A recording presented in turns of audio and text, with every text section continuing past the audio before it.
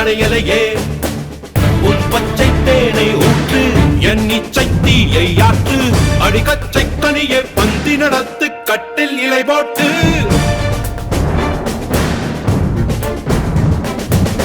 அறிமா அறிமா நானோ 1000 அறிமா உன் போ பொன்னான் கிடைத்தால் சும்மா விடுமா